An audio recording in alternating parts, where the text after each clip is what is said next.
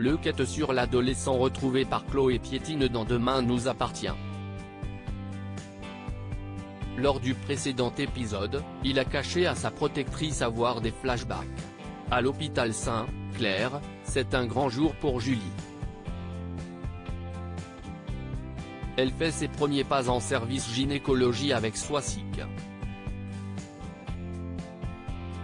Cette dernière se montre plutôt froide.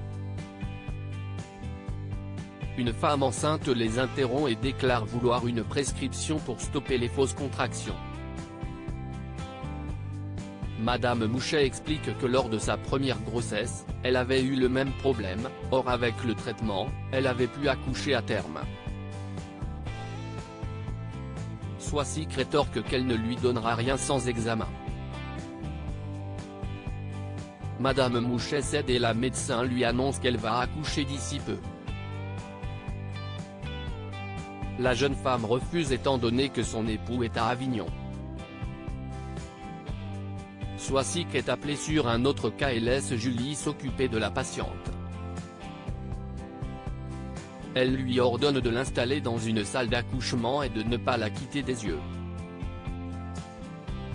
Cependant, Julie se prend d'empathie pour la patiente et elle décide d'aller se renseigner pour trouver une solution.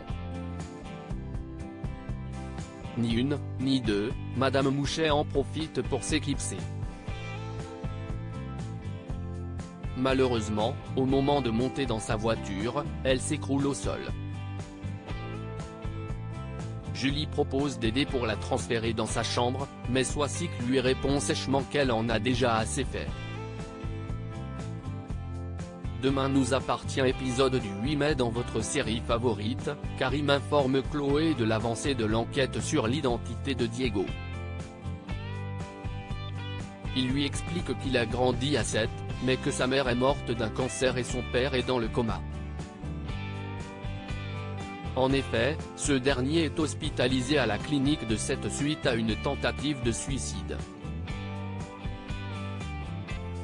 De plus, Karim apprend à Chloé que Diego a 16 ans et qu'il était en sport-études à Nancy.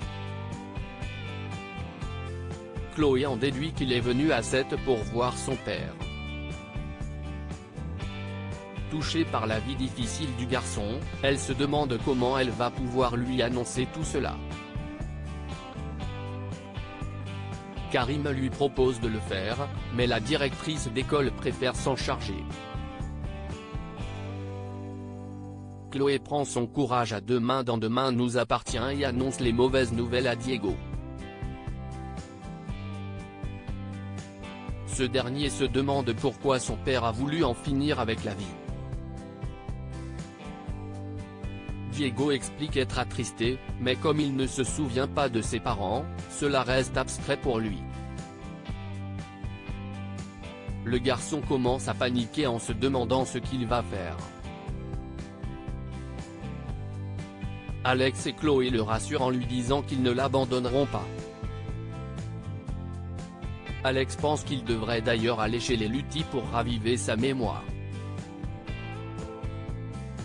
Au même moment, Karim, Sarah et Damien se rendent au domicile de Bernard Lutti.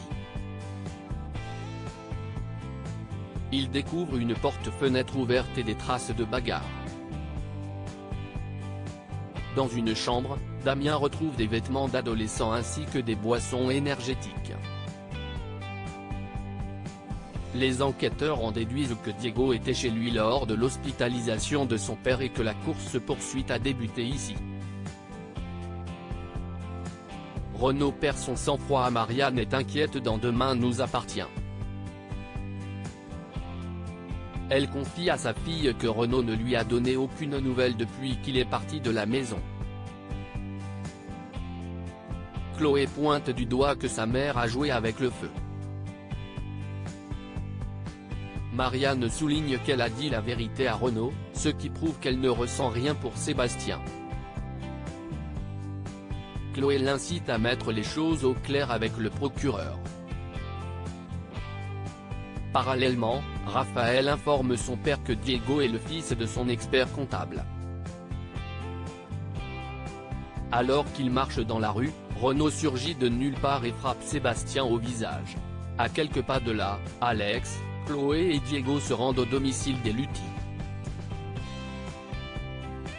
Cependant, les photos n'évoquent rien au jeune homme et il confie se sentir mal à l'aise. Alex tente de le rassurer dans Demain nous appartient. Diego accepte finalement de rendre visite à son père à la clinique. En effet, il s'agit de la seule personne qui pourrait l'aider à se remémorer sa vie d'avant. Viewsis post ton Instagram à post shared by Demain nous appartient @dna-batf1. Le soir venu, Marianne décide de se lancer et rend visite à Sébastien. En voyant le bel œil au beurre noir du procureur, elle comprend vite que Renaud l'a frappé. Elle s'excuse auprès de Sébastien, mais souhaite clarifier la situation. Elle lui annonce vouloir couper tout contact avec lui et lui déclare qu'elle aime son mari plus que tout. Marianne laisse un Sébastien anéanti qui accuse difficilement le coup. Non loin de là, Julie s'apprête à rentrer dans sa maison quand elle remarque que sa porte est entrouverte. Elle se retrouve alors face à un individu dont elle ne peut pas distinguer le visage. Mais qui est-il?